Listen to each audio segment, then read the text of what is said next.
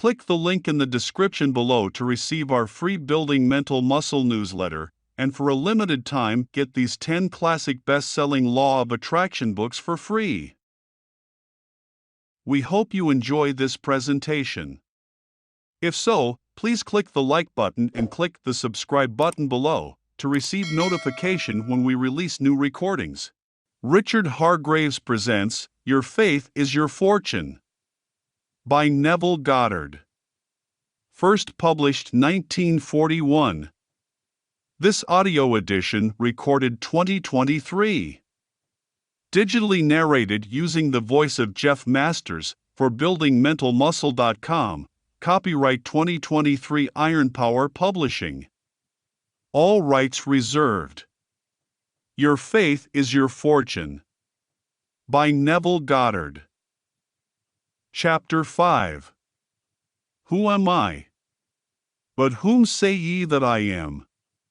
Matthew chapter 16, verse 15. I am the Lord, that is my name, and my glory will I not give to another. I am the Lord, the God of all flesh. This I am within you, the reader, this awareness, this consciousness of being, is the Lord, the God of all flesh. I am as He that should come. Stop looking for another. As long as you believe in a God apart from yourself, you will continue to transfer the power of your expression to your conceptions, forgetting that you are the conceiver.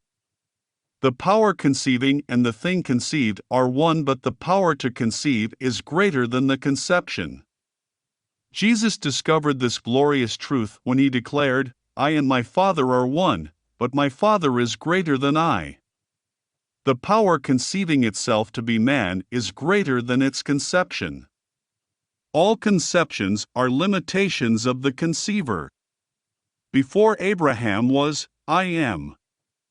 Before the world was, I am. Consciousness precedes all manifestations and is the prop upon which all manifestation rests. To remove the manifestations, all that is required of you, the conceiver, is to take your attention away from the conception. Instead of out of sight, out of mind, it really is out of mind, out of sight. The manifestation will remain in sight only as long as it takes the force with which the conceiver, I am, originally endowed it to spend itself. This applies to all creation from the infinitesimally small electron to the infinitely great universe. Be still and know that I am God. Yes, this very I am, your awareness of being, is God, the only God. I am as the Lord, the God of all flesh, all manifestation. This presence, your unconditioned awareness, comprehends neither beginning nor ending. Limitations exist only in the manifestation. When you realize that this awareness is your eternal self, you will know that before Abraham was, I am. Begin to understand why you were told, go thou and do likewise. Begin now to identify yourself with this presence, your awareness, as the only reality. All manifestations but appear to be you as man have no reality other than that which your eternal self, I am, believes itself to be. Whom do you say that I am? This is not a question asked 2,000 years ago. It is the eternal question addressed to the manifestation by the conceiver. It is your true self, your awareness of being, asking you, its present conception of itself, who do you believe your awareness to be? This answer can be defined only within yourself, regardless of the influence of another. I am, your true self, is not interested in man's opinion. All its interest lies in your conviction of yourself.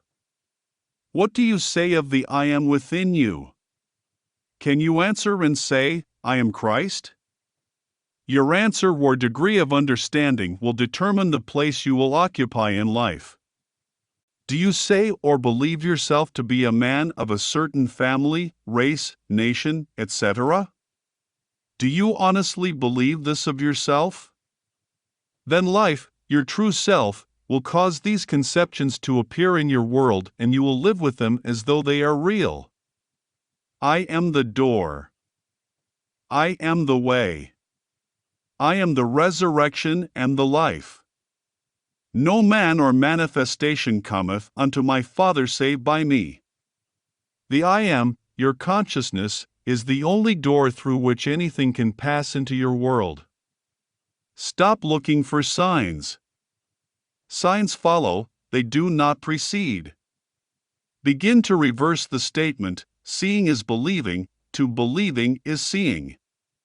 Start now to believe, not with the wavering confidence based on deceptive external evidence, but with an undaunted confidence based on the immutable law that you can be that which you desire to be. You will find that you are not a victim of fate, but a victim of faith, your own. Only through one door can that which you seek pass into the world of manifestation. I am the door. Your consciousness is the door, so you must become conscious of being and having that which you desire to be and to have. Any attempt to realize your desires in ways other than through the door of consciousness makes you a thief and a robber unto yourself. Any expression that is not felt is unnatural. Before anything appears, God, I am, feels itself to be the thing desired, and then the thing felt appears. It is resurrected, lifted out of the nothingness.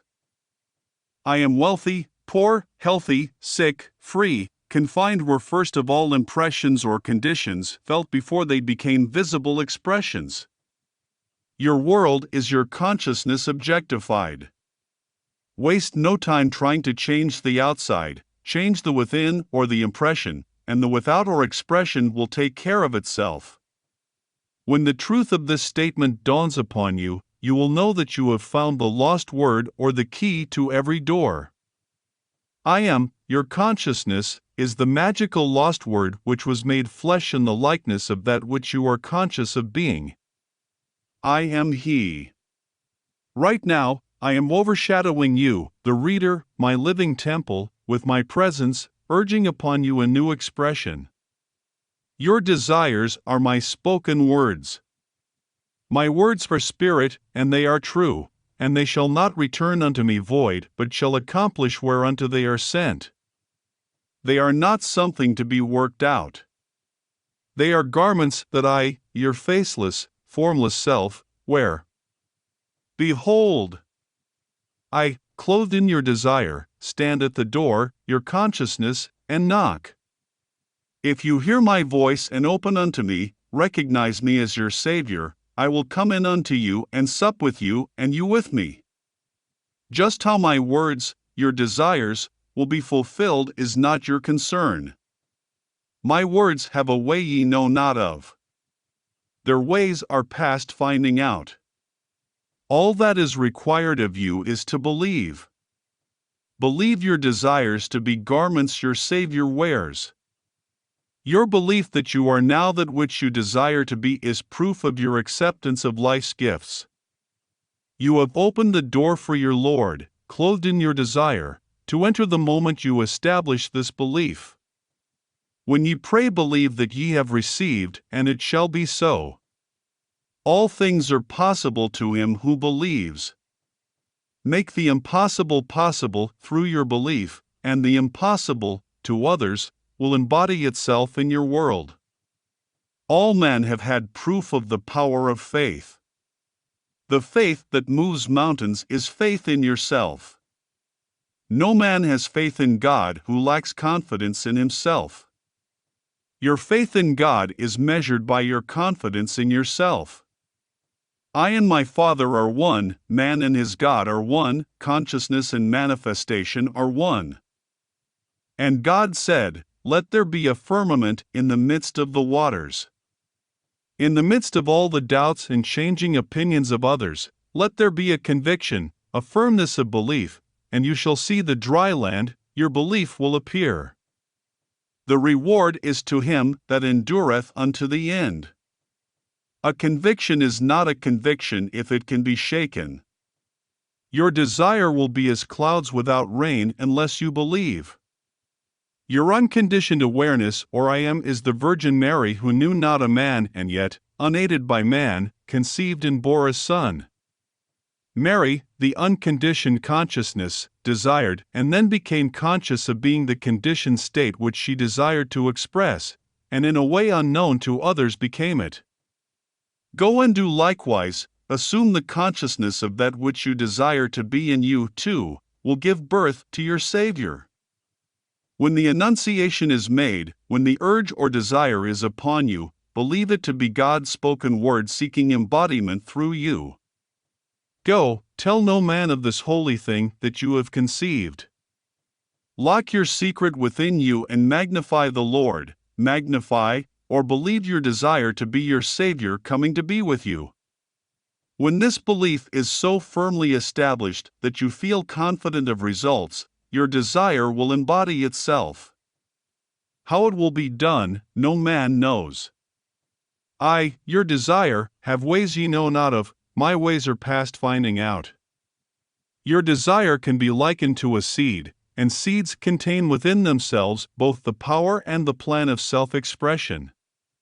Your consciousness is the soil. These seeds are successfully planted only if, after you have claimed yourself to be and to have that which you desire, you confidently await results without an anxious thought. If I be lifted up in consciousness to the naturalness of my desire, I shall automatically draw the manifestation unto me. Consciousness is the door through which life reveals itself. Consciousness is always objectifying itself.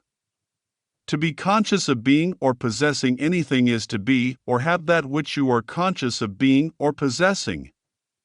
Therefore, lift yourself to the consciousness of your desire and you will see it automatically outpicture itself. To do this you must deny your present identity. Let him deny himself. You deny a thing by taking your attention away from it. To drop a thing, problem, or ego from consciousness, you dwell upon God, God being I am. Be still and know that I am is God. Believe, feel that I am, know that this knowing one within you, your awareness of being, is God. Close your eyes and feel yourself to be faceless, formless, and without figure. Approach this stillness as though it were the easiest thing in the world to accomplish. This attitude will ensure your success. When all thought of problem or self is dropped from consciousness because you are now absorbed or lost in the feeling of just being I am, then begin in this formless state to feel yourself to be that which you desire to be, I am that I am. The moment you reach a certain degree of intensity so that you actually feel yourself to be a new conception, this new feeling or consciousness is established and in due time will personify itself in the world of form. This new perception will express itself as naturally as you now express your present identity. To express the qualities of a consciousness, naturally you must dwell or live within that consciousness. Appropriate it by becoming one with it. To feel a thing intensely, and then rest confidently that it is, makes the thing felt appear within your world. I shall stand upon my watch and see the salvation of the Lord. I shall stand firmly upon my feeling, convinced that it is so, and see my desire appear. A man can receive nothing, no thing, except it be given him from heaven. Remember, heaven is your consciousness, the kingdom of heaven is within you. This is why you are warned against calling any man father. Your consciousness is the father of all that you are. Again, you are told, salute no man on the highway. See no man as an authority. Why should you ask man for permission to express when you realize that your world, in its every detail, originated within you and is sustained by you as the only conceptual center? Your whole world may be likened to solidified space mirroring the beliefs and acceptances as projected by a formless, faceless presence, namely, I am. Reduce the whole to its primordial substance and nothing would remain but you, a dimensionless presence, the conceiver.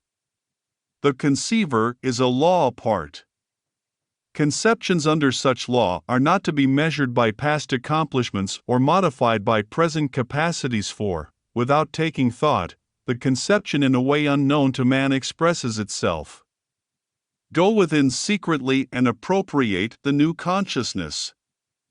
Feel yourself to be it, and the former limitations shall pass away as completely and as easily as snow on a hot summer's day. You will not even remember the former limitations, they were never part of this new consciousness. This rebirth Jesus referred to when he said to Nicodemus, "Ye must be born again," was nothing more than moving from one state of consciousness to another. "Whatsoever ye shall ask in my name, that will I do." This certainly does not mean to ask in words, pronouncing with the lips the sounds, God or Christ Jesus, for millions have asked in this manner without results. To feel yourself to be a thing is to have asked for that thing in His name. I am is the nameless presence. To feel yourself to be rich is to ask for wealth in His name. I am is unconditioned. It is neither rich nor poor, strong nor weak. In other words, in Him there is neither Greek nor Jew, bond nor free, male nor female. These are all conceptions or limitations of the limitless, and therefore names of the nameless. To feel yourself to be anything is to ask the nameless, I am, to express that name or nature. Ask whatsoever you will in my name by appropriating the nature of the thing desired, and I will give it unto you. End of chapter. If you enjoyed listening to this recording, please click the like button and click the subscribe button below to receive notification when we release new recordings. Click the link in the description below to receive our free Building Mental Muscle newsletter, and for a limited time get these 10 classic best-selling Law of Attraction books for free.